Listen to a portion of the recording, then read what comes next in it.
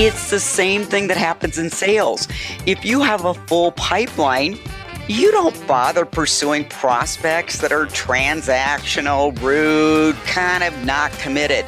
So the concepts of great selling and great sales management, they can have a lot of similarities, but you need to know how to bridge that gap. And I remember he just looked at me and said, "You're right." So think about it. Do you have a people problem or do you have a recruiting problem? And it's usually a recruiting problem.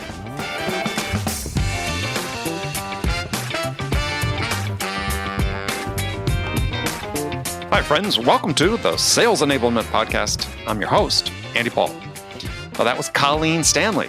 Colleen's the author of a couple of very interesting books, Emotional Intelligence for Sales Success, and her most recent book, Emotional Intelligence for Sales Leaders, which is a book we're going to talk about in this episode. We're going to dive into why emotional intelligence has to be part of your sales culture. And Colleen talks about why this culture starts at the very top. Emotionally intelligent sales teams are led by emotionally intelligent sales leaders. And that really all starts, as she talks about in her book, with how you hire. And we're going to dig into that. How sales leaders should improve their own EQ or emotional intelligence. Because, whatever level you have now is not a life sentence. And Colleen will share how leaders can develop the self-awareness needed to elevate their emotional intelligence. And then get into why hiring becomes such a critical skill for sales leaders trying to build a sales team with a high emotional intelligence or high EQ. And she also shares steps sales leaders can take to validate and verify that candidates have the emotional tools required to succeed in sales. All this and much, much more. But before we get to Colleen, I want to remind you to subscribe to this podcast, wherever you listen to it. And if you subscribe, we'd certainly appreciate it if you could also give us your feedback about how we're doing in the form of a review. Thanks. All right, let's jump into it with Colleen. Colleen, welcome back to the show. Thank you for having me. Having a delightful afternoon with you. Oh, yeah. So where have you been sheltering in place? Well, I live in Denver, Colorado, so we live up in the foothills. So we have been sheltering among the deer and the antelope, as we say. Oh, nice. So is like COVID resistant to altitude or not resistant to altitude? Well, we don't know about that, but the elk and the deer don't seem to be bothered much by it. Put it that way. Okay, so, that's good. Yes, that's good.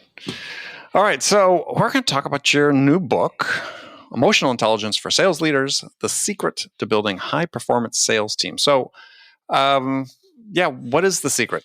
Well, if it came down to one thing, wouldn't we all be brilliant? So, but I think, when I started the book... You teased us with that in the title. I did.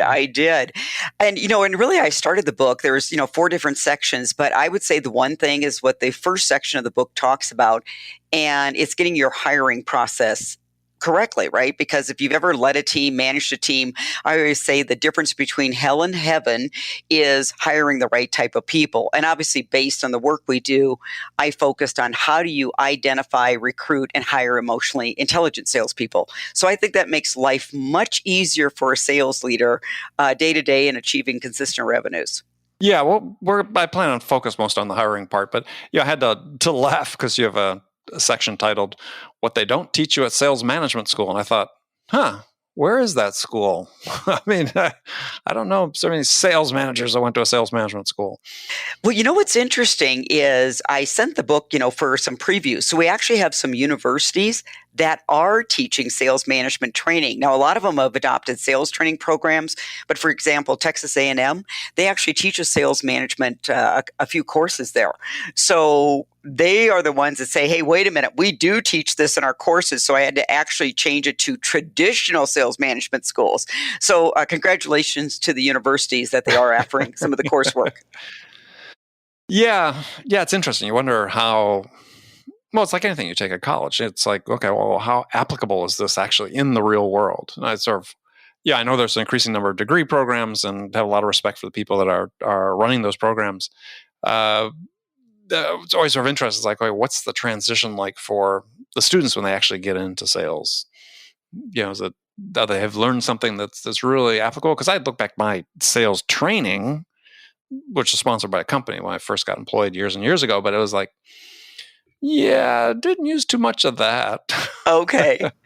Well, I do think, I think you're always going to have a little bit of a disconnect, which might sound odd coming from somebody that does this for a living, because you can teach the models, the framework, methodology, which I think is important, because if you don't have a framework, you're kind of going out there and making it up every day, right? So frameworks will shortcut it.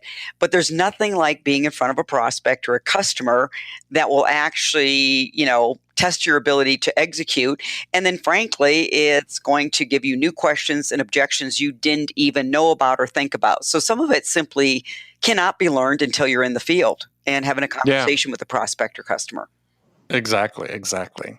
Well, it's interesting that you raise something with this question about hiring, but and more generally, you talk about it in the book, which is something I'm hugely passionate about, is that as an industry, and as a profession, let's say sales, is we spend what I think is a disproportionate amount of time focused on the seller, right? We've got 50% of sellers don't make quota. The problem is the sellers, and everything comes back to the seller. But I really think everything that shortfalls and shortcomings we have in sales start with management. And you address that in the book. You talk about, culture starts at the top, and emotionally intelligent sales teams have emotionally intelligent leaders. And I think that's, individuals' performance is directly affected by who they're working for. Well, it's the old adage, Andy, as we know, people watch what you do versus what you say, correct? So it's modeling, and it starts when you're a child, right? So your parents can be saying this, but if they're doing this, that's the behavior you're going to adopt. Right. And in fairness to the sales managers, I've said this more than once, I believe they get set up to fail, right? Because we all have seen this movie, right? Top producer gets promoted, and they've spent 4 to 5 to 8 years honing skills such as prospecting, business development, closing, negotiation, great selling skills. Then they land in sales management, and they have to take this sharp right turn. And now they're supposed to know how to hire, transfer the knowledge that made them successful, run effective sales meetings, conduct one-on-one coaching sessions. And those are entirely different skills than selling skills. So this is where I often say to companies, if someone hasn't received the training, education somewhere along the line, you may need to provide it, whether you want to or not. So that's what I've seen. I think they get set up to fail a lot. Provide the training how to be a manager. Yes, how to be a manager. Because, one of the real disconnects I will see is just in training and coaching. And training is very different than coaching. And so I've even seen some sellers get promoted, and they're pretty good teachers, right? But once you've taught the knowledge and the salesperson still isn't demonstrating the right behavior, skill, attitude, that is no longer a training issue. That is a coaching issue, which is a whole different set of skills. You got to diagnose it. How do you coach self-limiting beliefs? How do you coach fear? How do you coach delayed gratification? So again, there are so many new skills to be learned as a sales manager, and they've got to put in the quote 10,000 hours in those type of skills, just like they did in becoming an effective sales producer. Well, but we don't train, as you talked about, but also think that there's this disconnect that happens and this gets back to your idea about culture, is, a lot of managers really don't think it's part of their responsibility really to coach. Right? Is they get split by this, hey, I need to be on top of the metrics because increasingly we've got more data. That's because of the transparency the tools provide. And I've got to report on that. And, I've got all these other responsibilities and demands being placed on me by my leadership that, the coaching ends up taking a back seat. And to me, that of all the skills and all the things that you do as a manager, that's the thing that you should be spending. And I'm talking about coaching deals. I'm talking about coaching the people.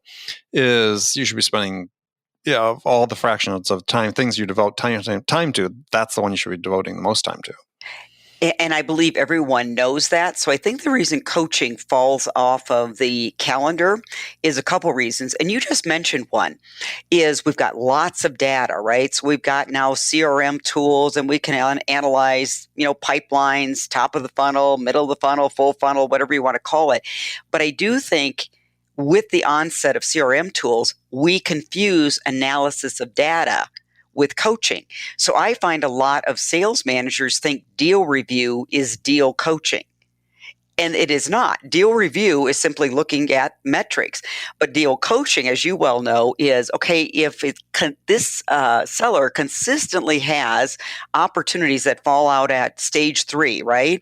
Or if this seller consistently is putting prospects in the pipeline that shouldn't be there, that's where the coaching comes in. And so I think there's a little bit of confusion that if I'm looking at data with the seller, I'm actually coaching them. And that is absolutely not true. And so I think that's where some of the confusion comes in. Yeah, and I draw a distinction between opportunity coaching, which is sort of what you were talking about, and development coaching. I mean, for me, is if somebody has deals that fall out at a certain stage, then I don't look at that as, coaching an opportunity. I'm coaching that person about something that's happening that they're doing repeatedly. It's a behavior that needs to change. Right. And yeah, to your point, yeah, I think this is one of the issues that I think we struggle with as a profession right now is, yeah, I've got a lot of data that sort of tells me a bunch of stuff. What do I do with it? Correct. And I think going back to a point you just made between opportunity coaching and development coaching, in both of those, what I've seen sales managers at least try to do, they coach to what I've called the sales IQ, right? Okay, let's see which consultative selling skills you're missing, which hard skills are you missing. But often, if you dig a little deeper, the reason either the wrong opportunities are being put in the pipeline or they're not progressing can be due to lack of soft skills, emotional intelligence skills, such as assertiveness, reality testing, impulse control. So when they do go into a coaching conversation, they tend to only coach to what might be half of the performance challenge problem. So I was just laughing because what you're saying is sales reps have an impulse control problem is they can't resist the impulse to throw bad prospects into their pipeline. Well, let's take a look at what impulse control is they may not have taken the time to really analyze who is my best prospect, right? And so, some companies have this pretty well wired. They've got the lead scoring, et cetera. But in many organizations, you don't have that level of sophistication. So you have to really apply delayed gratification and really study your win-loss. Hey, why am I winning? Why am I losing? And then apply that same scrutiny to the exploratory conversations or even who are you targeting there. So some of that could be a skill set, but others is delayed gratification, which is slowing down to put in the work to think and analyze so future work is better. So instant gratification, impulse control, I'm just going to go prospect. Well, that's great. You've done your activity, but you are confusing being busy with being productive. Yeah, and right. And all that sort of gets back to what you talk about is the need for self-awareness. Is the self-aware seller, should have some idea of that. Yeah, this is what I'm doing. I'm substituting activity for something meaningful. But I think it gets back to some of what you're talking about with the emotional intelligence is so much. I think in sales is fear driven. I think that's really true with managers as well, because I think most managers, some, I'm not sure which one of those three, really don't want to be managers. Well, that's a great point. And so that would be called self-awareness and reality testing. Yeah, absolutely. And as I discussed in the book, I spent a chapter on it. And so I think, sometimes we feel like we need to raise our hand. Maybe we believe that's the right way for career pathing. All of these beliefs that have been put on us from who knows, blame it on your parents. We do everything else, right? And so, but when you take a look at it, just a couple of examples, a really good, a salesperson that loves hunting, right? That's the popular sales training term. Well, when you go into a sales leadership role, you're still hunting, but you're hunting for top talent. And you've really got to ask yourself, are you going to get as jazzed interviewing multiple candidates, setting key performance metrics for meeting new players on your team, even if there isn't an opening? And if you don't get real jazzed by that, that's a good part of your position you're not going to enjoy. Or do you get as excited helping a salesperson learn how to close the business, or deep down, do you really just still love closing it? And so there's nothing wrong with either answer. You just need to be aware of, I really enjoy being a producer more than I enjoy being a manager and a leader. Yeah, well, I like that analogy in the book. You just raised again about a manager. Part of the job is they have to build a pipeline of people, Absolutely. and I think the distinction, though, is in my mind at least, is that as a hiring manager, I'm actually more of a buyer than a seller to that degree. But I think that it's still a great picture for sales managers to have in mind is that they are responsible for the sale, what I call the sales product, right? What happens in front of a customer, that's ultimately the responsibility of the manager. What happens Absolutely. there? I mean, if you have people that aren't performing, that's not the person's fault. That's on you, right? The fact they're out there in front of that person, in front of the buyer, if they're not performing well, that's on you. And then you really have to start from that perspective. So that does start with, is if you, especially if you're not very good at collectively as an organization at choosing the right people, that pipeline becomes essential. Yes, it does. And, when I remember years ago, it was really quite a fun group. We were doing a sales management workshop. And of course, there was a problem, as we call it, the problem child salesperson. But, this is, again, we've all had this story. Top producer brings in a lot of revenue. It is an absolute pain in the neck, right? Is not polite to other departments, kind of shortcuts some of the details that need to happen to make the order flow through the system. And finally, after listening to about 3 case studies about this same particular rep, I remember looking at the manager saying, "You do not have a person problem, you have a recruiting problem." And he looked at me and I don't get what you mean. Because I said, if you had 10 other qualified salespeople lined up to take this position, you would not be putting up with this inappropriate behavior. It's the same thing that happens in sales. If you have a full pipeline, you don't bother pursuing prospects that are transactional, rude, kind of not committed. So the concepts of great selling and great sales management, they can have a lot of similarities, but you need to know how to bridge that gap. And I remember he just looked at me and said, "You're right." So think about it. Do you have a people problem or do you have a recruiting problem?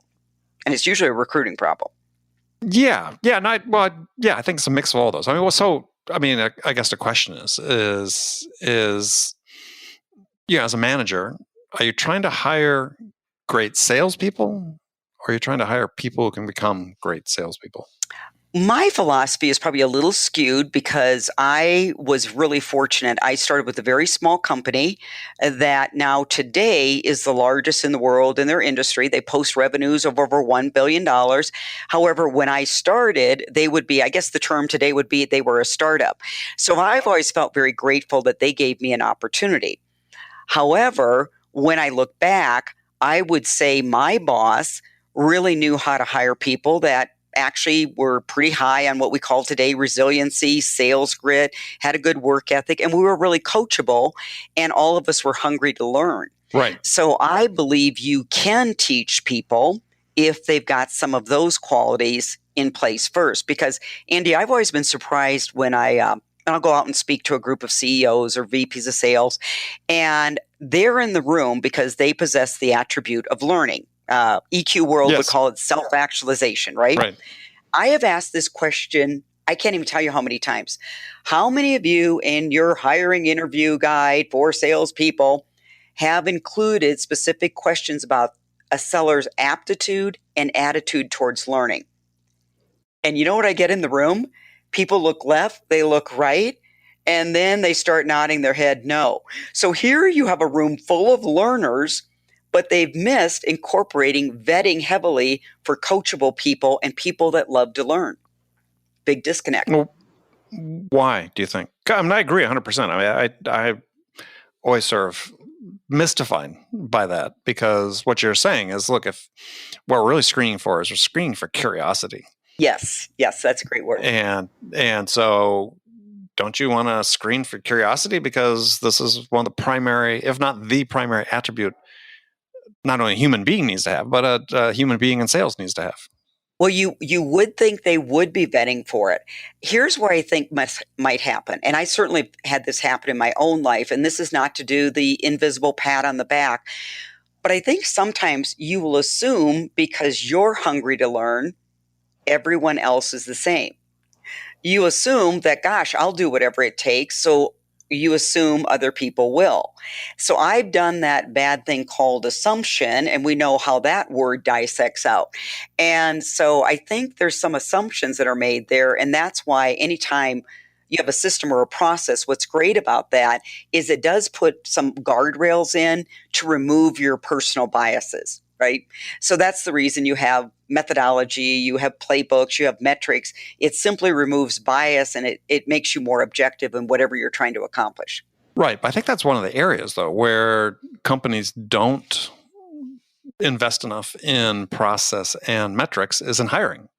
I've had this conversation, and one of the reasons I wanted to talk about that part of your book, because I've been having a lot of conversations on the show about it, is still how much hiring is sort of seat of the pants and made up on the fly, and yet there's processes you can put in place that, to your point, is remove some of the biases from recruitment and from hiring and enable you to track the results of your hiring to the performance of the people that you hired. And tracking meaning, okay, if they possess this set of competencies, that's a pretty good predictor that we're going to have this outcome. Am I aligning with what you're saying? Well, if we have a scorecard, yes. Which I think everybody should have a scorecard when they're hiring people, you decide what's important, right? What's your part, but the non-negotiables you called it, and I love that thing about there's something missing, but you're gonna score these various attributes. It could be you do an off-the-shelf assessment. It could be you do a test of some sort. It could be to find out whether they're coachable, so they have to do a sample presentation. It could be their interviews. It's still hard to believe that companies these days bring somebody in, a candidate that's one of the finalists, and they'll say, "Look, we're going to talk to 5 people today," and all 5 people ask different questions. I mean, the state of the art is that you have all 5 people ask the exact same questions in the exact same order, so you can compare the answers and have a score that again takes some of the subjectivity out of it. Right. And so that's what I was talking about. Is, okay, then you say, okay, we score total possible scores 50 on the scorecard. We're not going to hire anybody less than a 40, and then go back 2 years later and say, okay, well, how did the people that we hired at a 40 versus a 42 versus a 44 do? Right. And you know what? It's the same thing as prospecting, right? Lead scoring for a prospect. If it doesn't hit this score, you don't get to go into my pipeline. And we don't apply that same. See, the principles can be so similar, but for some reason we don't bring it over into the hiring process. And I'd say the other place that's missing is if they do have any semblance of a very defined hiring playbook. So to your point, they've got a competency and they've developed 3 questions around that competency, and 3 different people ask the question, because I've seen where salespeople can be very good interviewers and they tell the same story over and over, right? But nobody knows it because they're not comparing the answers. But another area that I think people miss it, they may vet for the hard skills, subject matter expertise, years in the business, contacts, years of selling. What I call the blah blah blah things, yes. The blah, and you can vet those actually pretty easily without even talking to a candidate. I'm not saying you don't, but those things you can somewhat vet. But what they miss are some of the soft skills, right? The emotional intelligence skills, and even interviewing for core values. I have found companies, they've got the cards, they're beautiful cards, they're laminated. And then again, in a hiring workshop, I will ask, okay, and how many of these questions are vetted for in your hiring process? And again, I get the look left, right, and then it turns into a nod of no. So that's what we see happening out there. And there's just not a systemization around it. Well, that's the bottom line, is you have to systematize hiring. And we've done that in sales. We've increasingly doing it in sales, doing the hiring as well. And it's, I mean, you talk about values questions. I think that's so critical when you have your team of interviewers who are, have this list of questions they're all going to ask, is you have to include in there questions about the person's values. I mean, you talk about building a culture, but people have to be a culture fit. Yes, absolutely. And I remember interviewing years ago, she was going to be more of my assistant, but I knew teamwork was one of the core values here. So I asked her the question around teamwork. Hey, give me an example of a time when you helped a member of your team in one of your prior positions of which you received no recognition or credit? Because I was also kind of testing for selflessness. And you know Mm-hmm. what? Mm-hmm. And she came up with a great example. I've also asked the question because I personally don't do well with blame, excuses, and victims. So I actually learned this question from Don Finn. He's an HR consultant. And he said, "Tell me about a time when you've been treated unfairly." Now, if you've lived long enough on this planet, you've been treated unfairly, right? Yes. And Yes. so everyone has a story, but what's interesting if you listen to the answers, people that have what I term locus of control, if it is to be, it's up to me, they'll say, yeah, this was unfair, but you know what? I learned this, and this was the good outcome. The ones that tend to be victims and blamers, they've got a story, and boy, they are still hanging on to that story. They chew on it every day, they ruminate every day, and right there, you've got a score. And Yeah. that would be my non-negotiable, the answer on that one. Yeah, I agree. I think that is a big red flag, is because again, for me, is when I hear answers like that, it's people coming at it sort of from a perspective of fear again, and the fear of being judged, the fear of being a judge not to be suitable, and so there has to be an excuse for that. And I think this is to your point about emotional intelligence in general, not just the sales management level, is I think a lot of failure of those who fail in sales or underperformance is due to fear, right? Fear to extend themselves, fear to invest, fear of failing, obviously, right? Right. And we have to be able to help people with that, and that's why when you talk about, and the point I'd raised before is, your seller's only going to get as good at that as their managers are good at it. Well, and as good as they are at coaching to failure, right? Because I find this whole conversation around failure a little bit humorous, right? Because Andy, we've all heard that cute quote, you learn more from your failures than your successes, right? And everybody Not, goes, yeah. And then I will pose this next question. So, how many companies have you ever walked into and observed a big failure wall, right? Screwed up here, got outsold here, didn't do enough pre-call planning here, product sucked. And so we talk a good game, but we don't walk a good game. Because if we truly learn more from our failures, why aren't we celebrating them? And so I think a lot of managers too, and I've heard you say this a couple times today, they may not know how to identify fear, or if they do, they don't know how to coach people beyond fear, right? And the same thing with failure. So how many sales managers in their group meetings are saying, okay, let's start. What was your biggest failure this week? And what lesson did you learn? And how will that lesson serve you moving forward? I mean, you normalize failure because the fact is, if you're out there trying something new, and today in this pandemic, boy, are sellers having to try things new, right? New industries, new decision makers, new ways of selling. You're going to take a few face plants. So normalize it, but have them actually have to state the gift that they get from failing and take it from what I call rhetoric. Yeah, well, it's interesting you talk about that though, because I've been thinking about it as you're talking this last bit about, do we learn more from failures than from successes? Because I don't know. I hope somebody asks me oftentimes on the show, guests will ask questions to me about what did I learn? The big lessons I always learned came from my successes, the ones that I remember today. I'm sure I learned from my failures as well. Mm-hmm. But I mean, you think about the context of sales, we talk about momentum and flow. Well, that comes from building on your previous successes. Mm-hmm. So I'm thinking about that. We've all heard the story, the saying for all of our lives. But I think I wonder, you look at the military, and the military, always does this after action reports, lessons learned. Do you learn as much from failures as you did from your successes? Because I think the thing with success is that, and this is the part where I sort of struggle with that saying, is that it's not, I look at successes I had, it was, and I, by and large, in my sales career and sales management career, doing sort of large, complex products, but is every situation was different, right? And so every winning opportunity, we had numerous forks in the road, where we had to make decisions. And we learned through doing that, hey, we made those right decisions most of the time. And maybe we made some wrong decisions, but we were able to correct it.